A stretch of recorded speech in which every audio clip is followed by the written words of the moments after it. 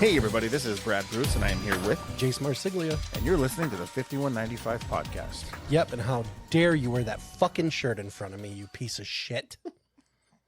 All day. You don't like sleepaway camp? All day today. All fucking day. Comes downstairs. Hey, what's up, bro? How's work going, bro? You want some donuts, bro? Hey, dude. And I turn around and... Oh, fuck. What the fuck is it? A plain black shirt, 5 letters. 5 letters. Orange font. Yeah. Gummo. Gummo. You sack of shit. You said, nice shirt, fat fuck. And like I said, Pot kettle. I wore the shirt to Monster Palooza, Yeah. and no less than 30. I'm serious. 30. There was people that wanted to take a picture of this boring shirt. Because it is very boring. It's just the word. It's just the word. There's no design or anything. Yeah. Yeah, it's just Gummo. Yeah. And there were so many people that were like, I love that movie. That movie's fucking great. It's so cool. Oh my God. But like I said, yours was the best reaction I had gotten to the shirt.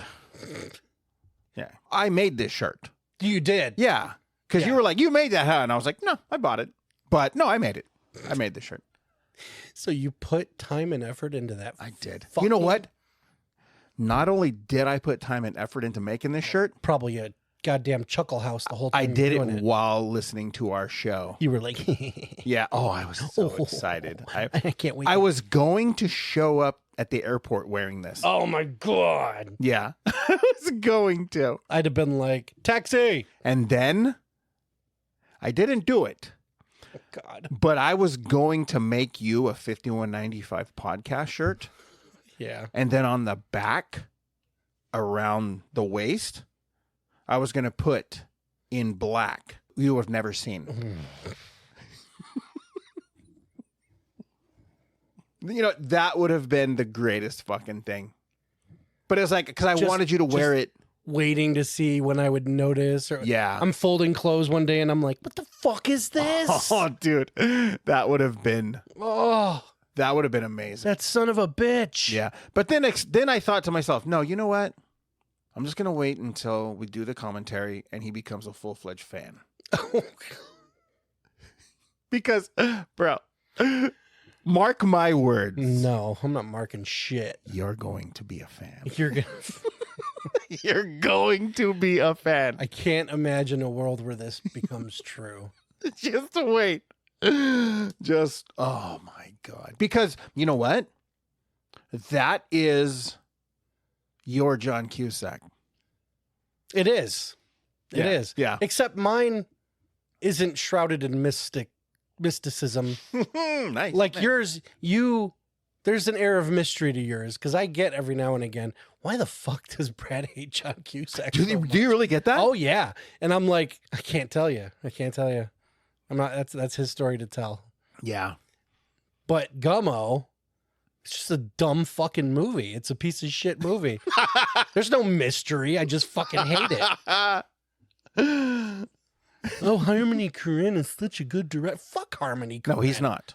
He's fucking dead. No, he's not. And you know what's funny is I'm not beating the drum of it, you know, being Citizen Kane.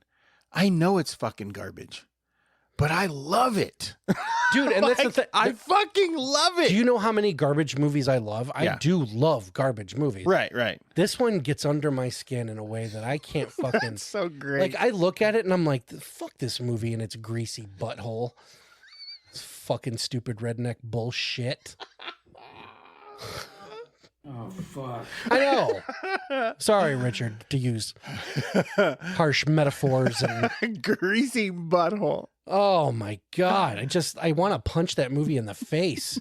I don't know why. It's so fucking stupid. Yeah. And you know what? Because I almost want to save it for the commentary. But it's like... So the premise is a tornado wrecked this town. Mm-hmm. Okay. And they were just like, okay, that's cool. life goes on, I guess. Nobody fucking rebuilds. Nobody does any. No one's sawing lumber. It's just, well, I guess this is our life now. Dottie, you're gonna have to pimp out your little sister. Hey, honey, you ever tried shaving them fucking eyebrows off? That looks good, don't it?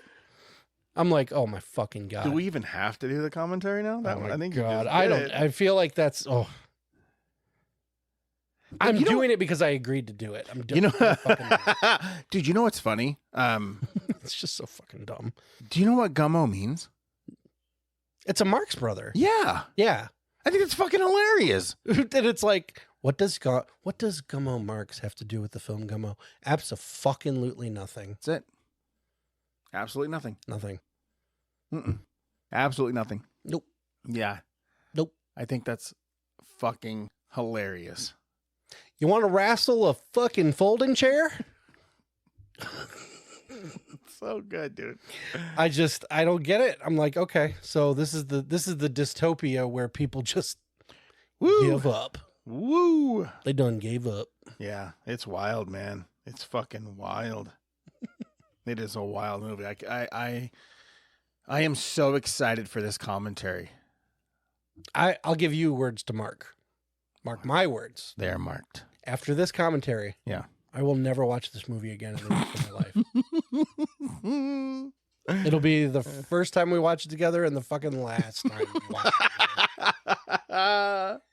I'm ever out here and you're like, I got an event we're going to. I'm going to be like, Hey, Severin's putting out Gummo. I'm going to go, oh boy, wow. And they want us to be the guest of honor to do a live commentary Oh my at the Severin Shock. And they're doing Gummo. I would fucking shit myself and bag it up and then throw it at the building. That would be a deleted scene.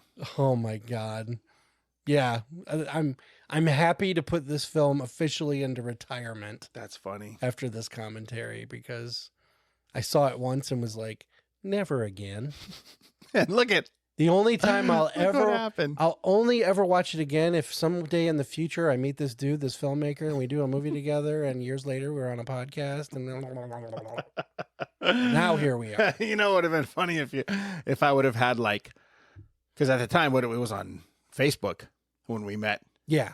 If I would have had like a Gummo, like a header page and like you would have been like, oh no, I'm out. Where's the unfriended button? Yeah, I'm out. Like, no. Sorry, Marv. What kind of filmmaker am I getting involved Yeah, with no, here? I'm gonna pass on this one.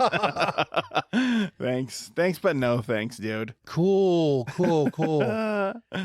But you know what? Luckily enough, it happened because it has been a blessing to the show. I'm sure it has. Oh, it's great. You know what's crazy is, dude, the fucking merchandise for that movie is expensive. The only thing I can think of is it's just in such low quantity, Yeah. you know? And I mean, I get it. It's a cult hit. There's probably shirts and stuff hanging out around there, but it's not big enough that I see stuff everywhere, but there is more than I expect because it's very underground. Yeah, no, it is. You know that skate brand Supreme. No. Okay, well, like back when we had the store, Mm-hmm. the shoe store, you know, we would deal in Supreme items. Supreme is this hype beast Okay. company. It's more skate, you know, Yeah. underground skating kind of a deal, but it's hype beast shit. Well, they're from New York and they did a collab with Gummo. Oh, And wow. they were releasing like hoodies and skateboards, you know, t-shirts. And dude, it's like I was going to get some. Of course, it sold out in seconds Wow. online. Jeez. You know, it sold out in seconds. And then when I went to the aftermarket, you know, area to get it, like t-shirts were like $250, $300. Hoodies were like Jesus. $400, you know, and I'm like, nah, No. you know, because I mean, out the gate, Supreme is relatively expensive. You know, hoodies are like Still? $100 for a hoodie. Yeah. Because it's also it's limited run shit. It's licensed and it's high quality. You know, it's good shit. Mhm. You know, but Yeah, dude, it's like that was fucking hilarious when they announced that they were doing a Gummo, collab. I was like, that's wild, dude. fucking crazy because, I don't have anything merchandise related to Gummo. Like, I have nothing. I have a DVD and this shirt. Wait, you never upgraded to the Blu-ray? Oh, my bad. I have that too. I have I have okay. the Criterion. But as far as like merchandise, like posters, Wait. soundtracks. That was going to be my next question. I thought you had the soundtrack. For No, I never found it. Like it was Did they always make one? Yeah, they did, but they're fucking expensive. Wow. The CD's over $200. Jesus. Yeah, it's just fucking expensive, and it's like, it's more of a goof. You know what I mean? It's just funny. You know what I mean? Like just the movie to me. To you. It's an oddity. It's like going through like like the Museum of Death. It's just like, it's fucking crazy shit. Mhm. That's all it is. It's like, I don't really, it's not like God, I hold this like super close near but to it's- my heart. it's- But I do enjoy it, and I'm not like, It's definitely been a gem of a running joke. yeah, no, You know. yeah, and thank you for that. Thank you so much for that. I will never, ever open up to you about movies I hate ever again. It didn't make my top 5, if you recall. I know, It didn't, I know. because it was just the movie to me is such a write-off. Yeah. You know? Well, what's funny is,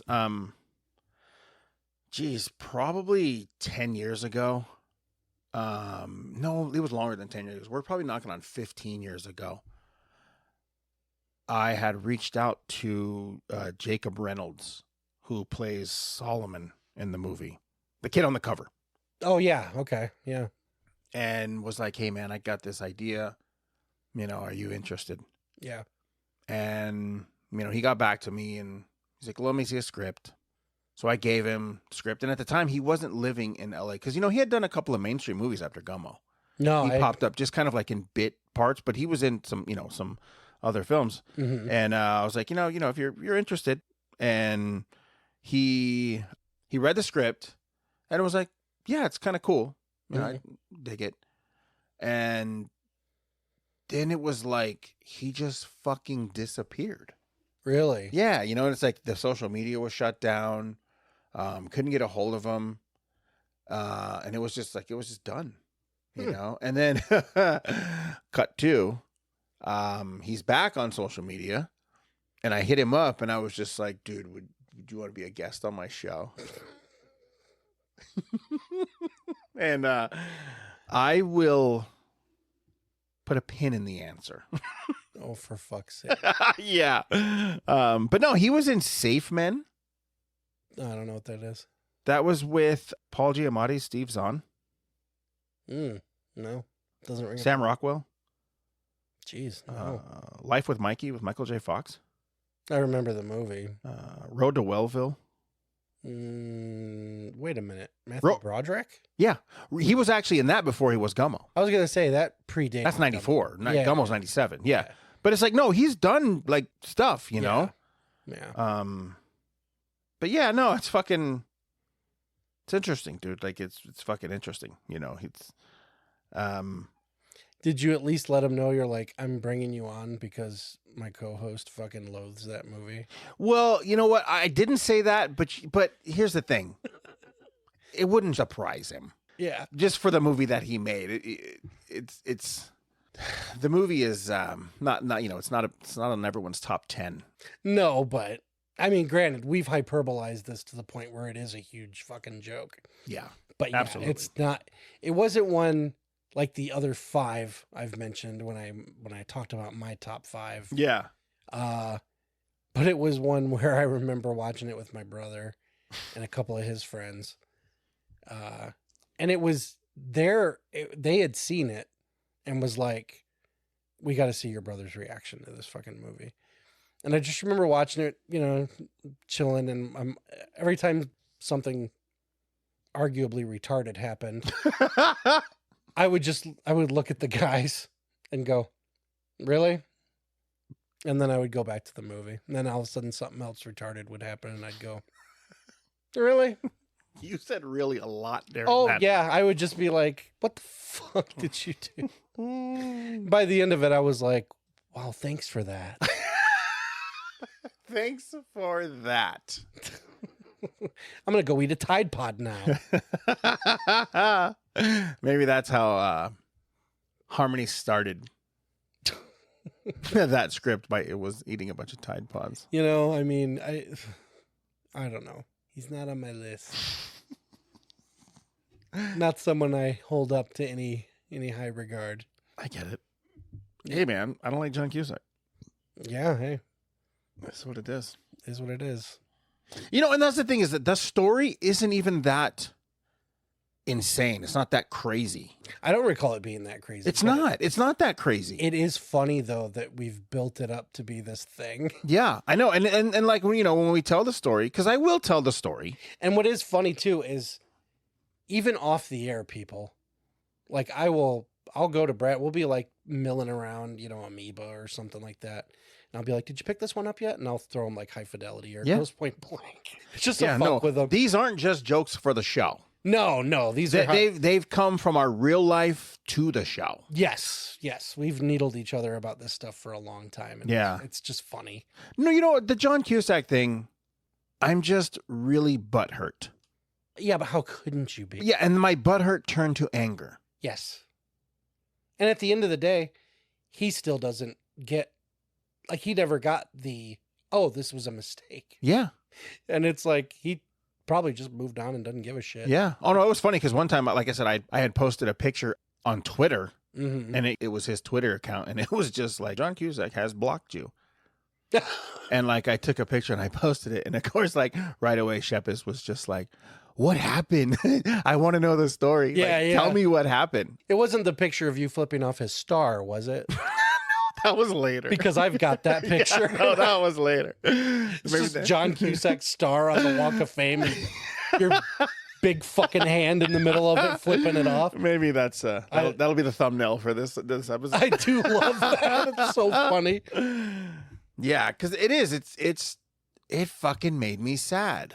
Well, we talk so much about our childhoods, and Cusack was such a prominent figure in everything we grew up watching that I could imagine if I was in the same situation, I would just be like, that fucking sucks. Yeah. I can't look at these movies the same way ever again. It would color everything. You know, well, it sort of did. There's a couple of movies that like I just will disassociate him or the incident Because you like it. because I like it so much. much. Can I know what they are? Yeah. I don't know if we've talked about it. I don't know. One Crazy Summer. Okay. I just absolutely, God, I love that movie. Over Better Off Dead? And then that's the other one. Okay, because Better Off Dead I like more than... I like One Crazy Summer more than Better Off Dead. Nah, Better Off Dead fucking slays me. Yeah, no, I get it. Better Off Dead's cool, but I love One Crazy Summer. Yeah.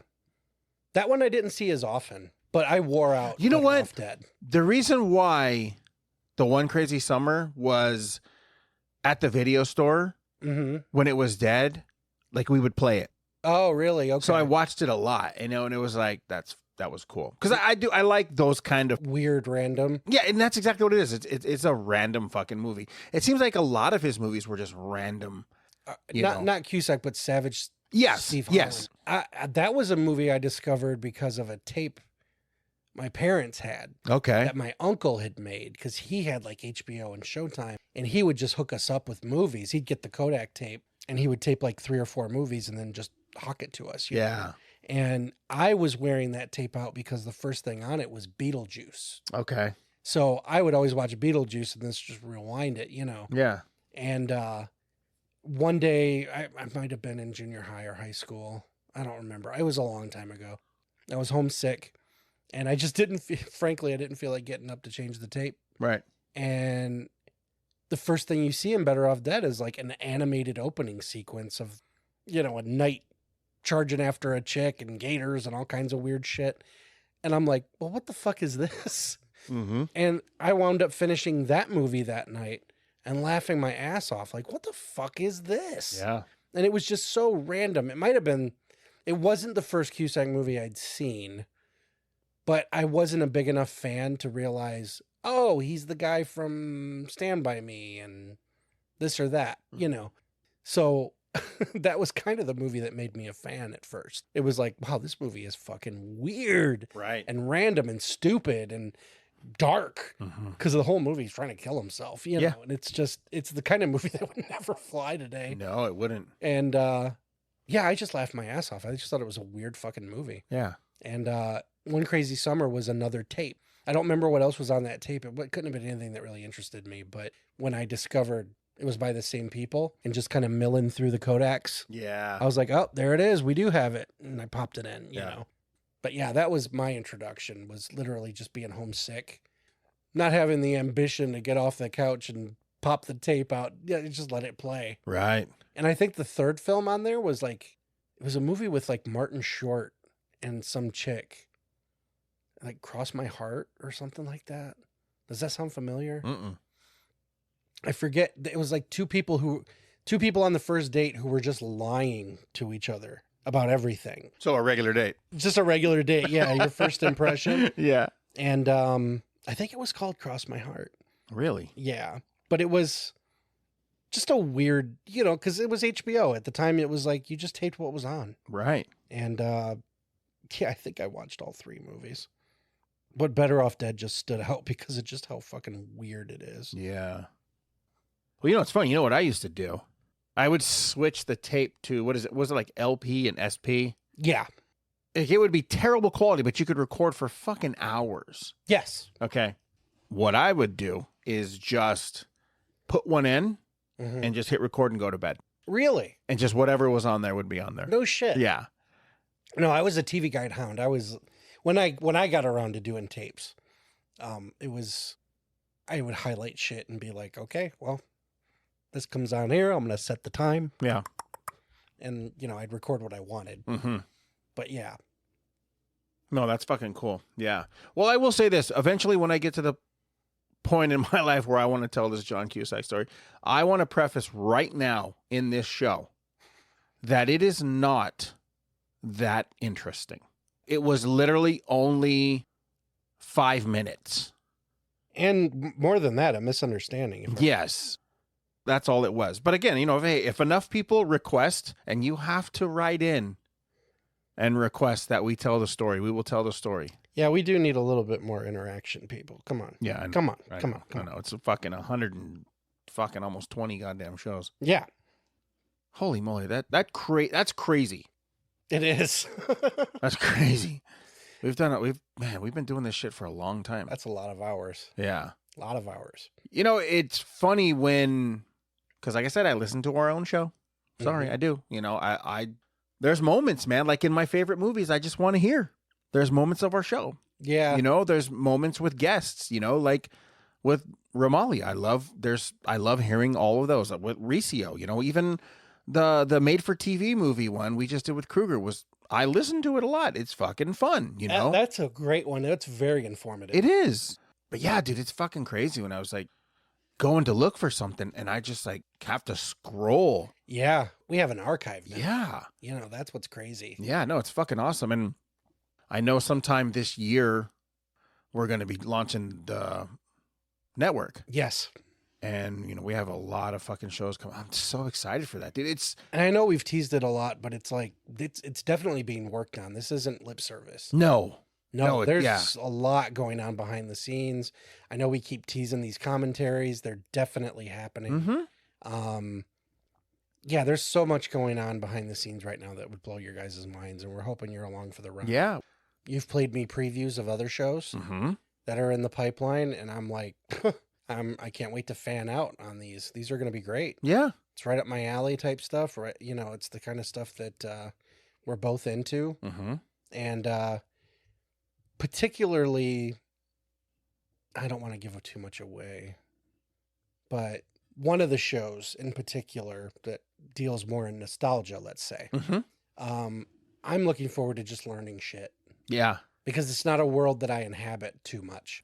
And then there's the more paranormal one where I might know some things, I may not. And Mhm. I really just, I don't care. I love that shit. Yeah. Bring it on. You know? Absolutely. So yeah, this is going to be quite the endeavor. It's going to be cool to see it take off the ground. Mm-hmm. And I really hope our fan base is like, it's just ready for more fun stuff. Yeah. You know? Yeah, I feel the same way. And where we're at now in the development of the network is Now we're doing all the legal stuff. Yep. Putting all the ducks in a row, which is, it's, you know, I've done it many times, you know, with businesses you start and, you know, endeavors. Yeah. You've got to have certain paperwork and documents, LLCs, bullshit like that, bank accounts and stuff, you know, because, I mean, you know, obviously, since it's a business and our goal is to make money off of this thing, we don't want it attached to personal bank accounts. And, Of course. you know, we want to have business accounts just for expenses and shit like that. Yeah. We've made the joke over the last, you know, 100+ episodes, you know, oh, t-shirt coming soon and this coming soon. And that's not just, like you said as well, that's not lip service. I mean, I have a list in my phone of about 25 solid shirt ideas. Oh, yeah. Yeah. And I've even done some mock-up stuff. Yep. I've seen a lot of them. I sport, if it's not me, it's my wife usually who sports a hoodie. Yeah. We do have some one-of-the-kind stuff that we were using as template. Yeah, just sample stuff, you know, Yep. just seeing how it looks. And My kids sport some 5195 stuff. Yeah. There's stickers all over the country, honestly, you know. 'Cause- and soon will be world, because we have a package going out to my buddy Tony Longworth over in the UK. Yep. He's going to be getting some stuff. So So we're casting a wide net. We have a product.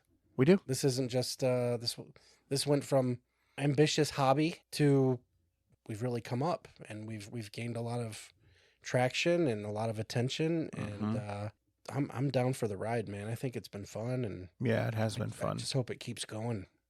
Let me ask you a serious question. Okay. Have you ever had the thought in your mind, I want to throw in the towel? On the show? Has it ever come to your mind like, fuck, I don't think I could do this anymore? No. It's just too easy. It's too easy. Too much fun. Mm-hmm. There may have been times, mostly while I'm traveling, like literally on the plane, going, I fucking hate this. And then I land and that's gone. Yeah. Because I hate traveling. Mhm. But it has nothing to do with the show. There's been times where, and I've been very upfront about my depression, my anxiety, stuff Mhm. like that, where having more of an internet presence creeps me out. I don't like putting myself out there in Mhm. that way. That comes with the territory. Yeah. But again, that has nothing to do with our show. Mm-hmm. We do have a face that we have to put to our brand. It is a client-facing medium. Yes. So it's just something I got to get over. But as far as the show, sitting back and going, what the fuck are we doing? You know, that episode was stupid. What are we're just a couple of dorks. What is this? Well, you know, I've never mulled those thoughts. Yeah. I've never looked at what we did as we're just playing radio like we did as kids. No, maybe when we first started, it was just fun hobby type shit.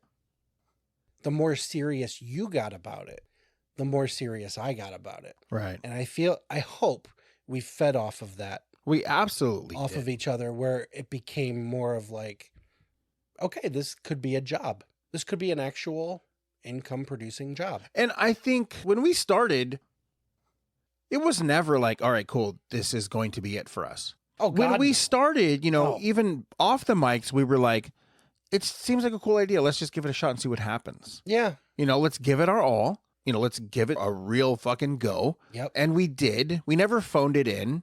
No, You and know- in fact, I think one of the more endearing things that people have told me has been how honest we've been about not just the industry, about our struggles to get to where we are, Yeah.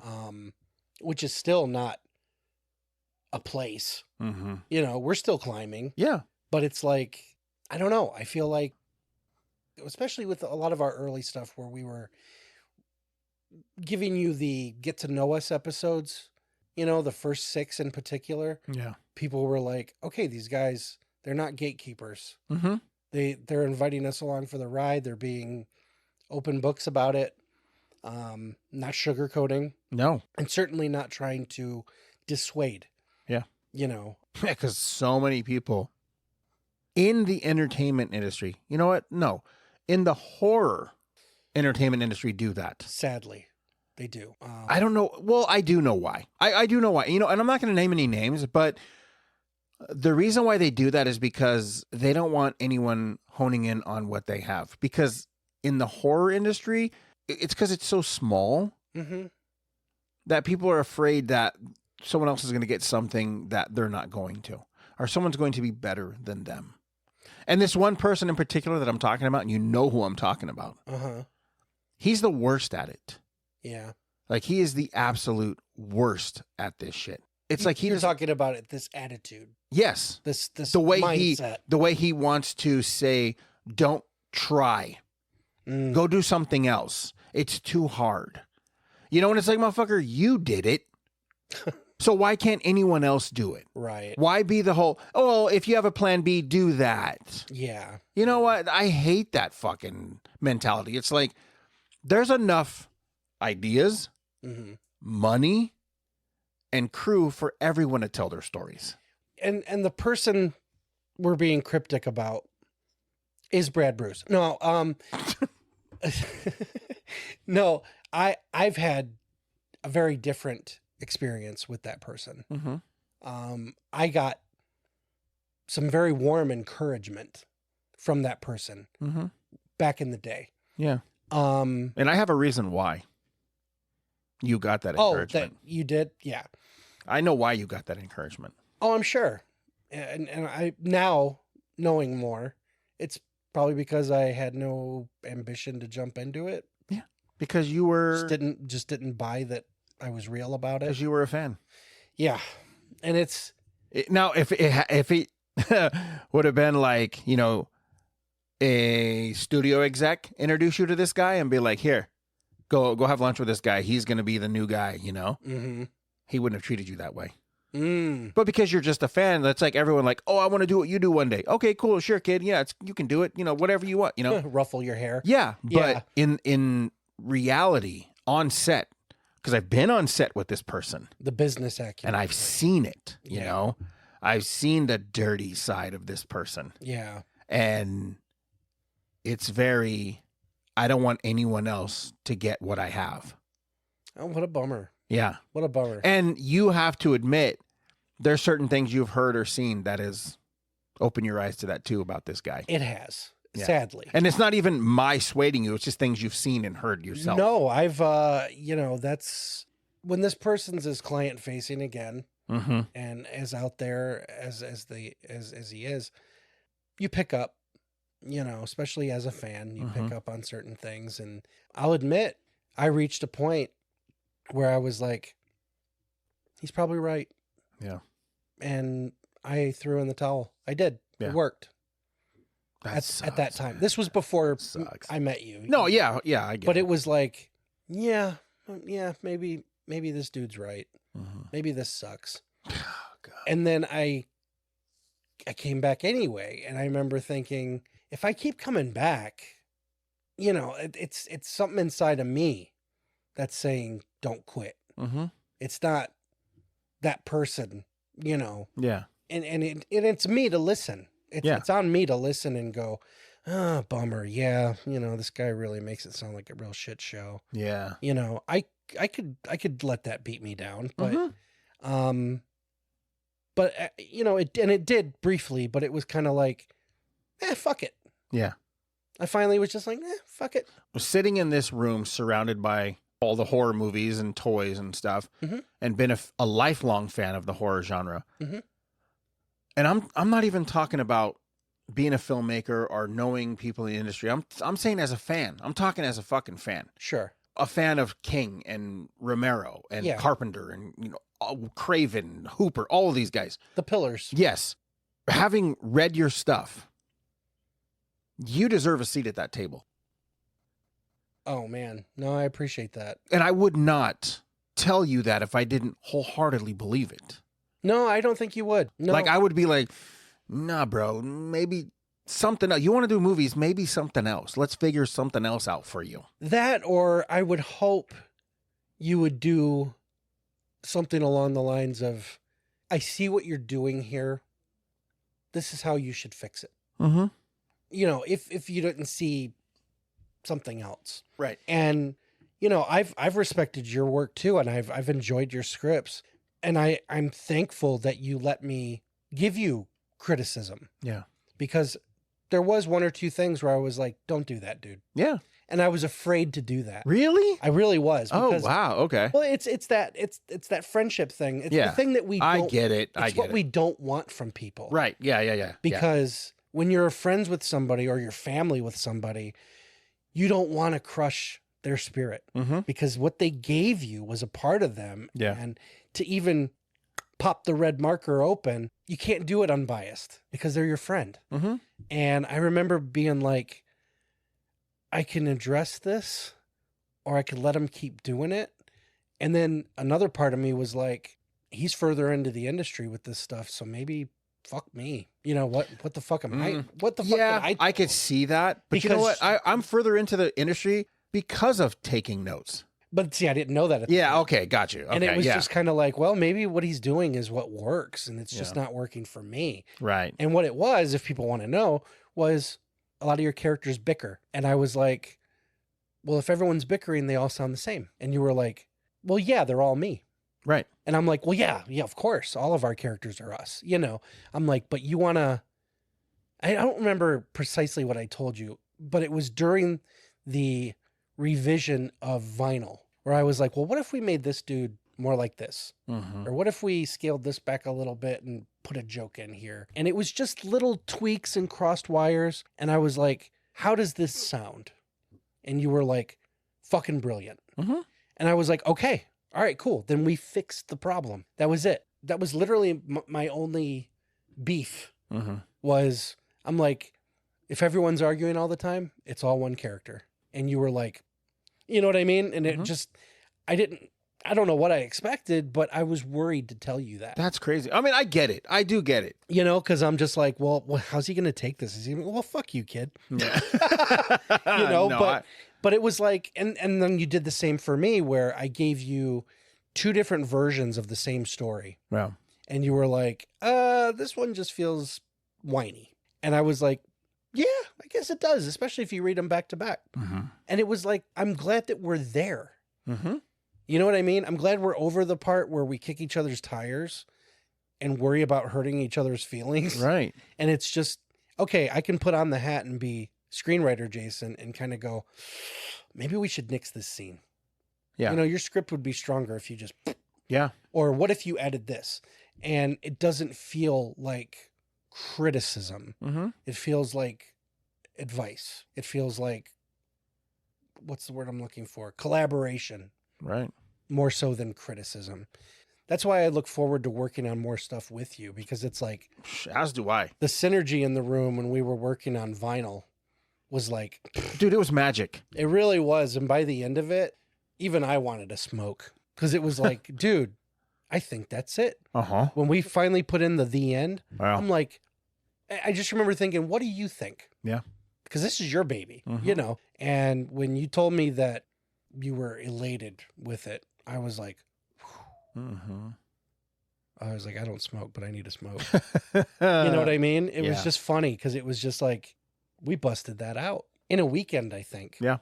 And it was just, I was like, if this is how it works, then that's fun. Yeah, that's exactly how it works. Let's do, well, with the right people, of course. Yeah, no, for sure. And you know what? It's taken me years to find those people. And honestly, there's only a couple other people that I enjoy writing with. You know, like this one guy, Jason Klinger, that I had done a project with. Mm-hmm.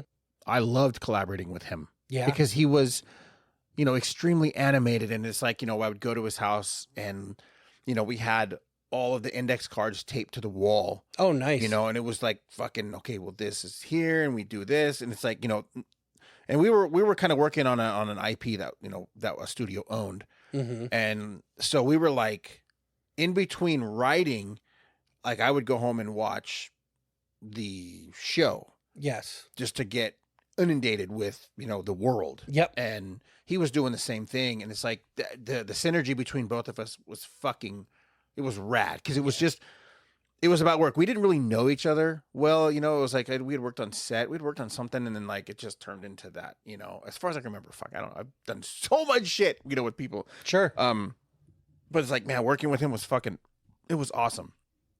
You know. And then there was another guy that I worked with, and he had since passed away.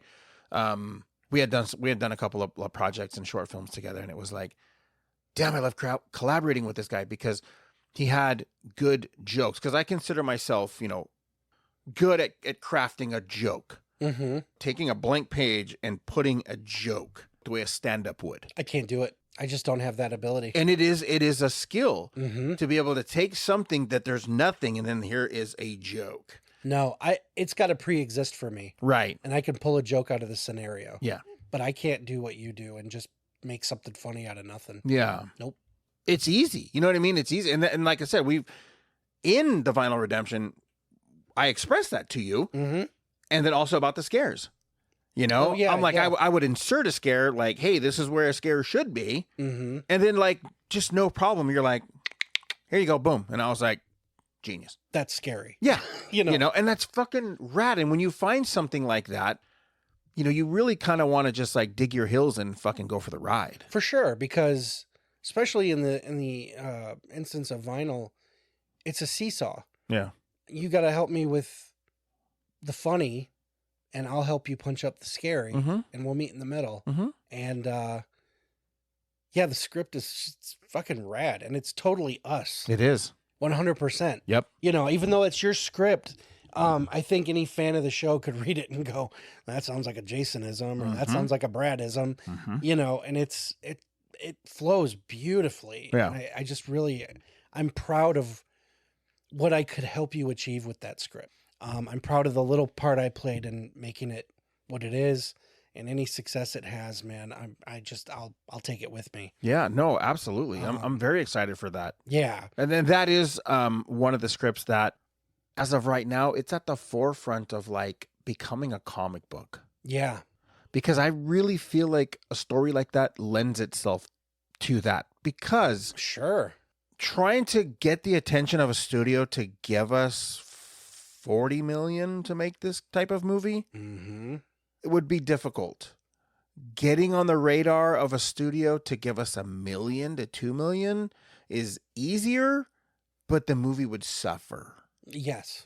And I don't want the movie to suffer. No. And the next best way to do that is to do it in comic book form, because then sky's the limit. Oh, yeah. Because the artist can draw everything. $100 million budget. I was going to say there's no budget in drawing. Yes. It's like, you want a giant monster wrecking Tokyo? Mm-hmm. You could do it.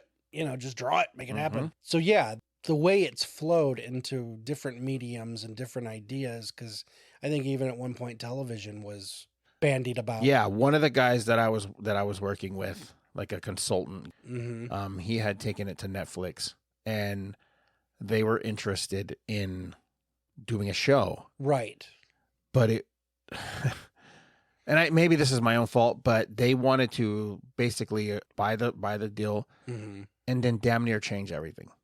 Of course. And I got to be honest with you, I worked too hard on that, and I'm too invested in that to basically whore it out, Sure. and then let it just be dismembered. Mm-hmm. Those characters deserve better. The movie deserves better. And you know what? You and I deserve better.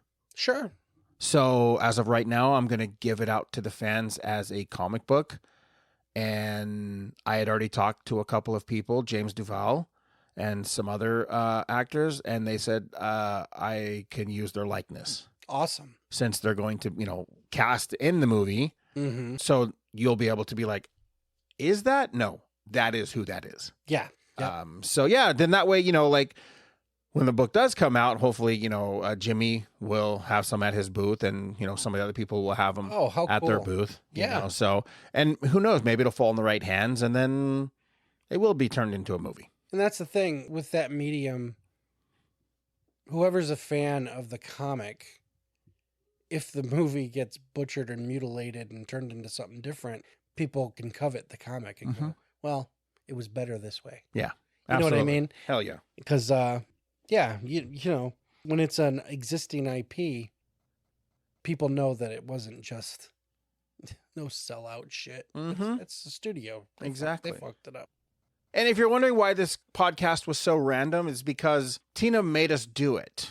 Yeah, we really didn't have anything. I was just drinking some tea and joking about shit. Right. Playing And there was an Easter egg in what I just said, so hopefully one day people will figure that out. yeah. So now I think we should get off and do my two favorite things, Jack and shit.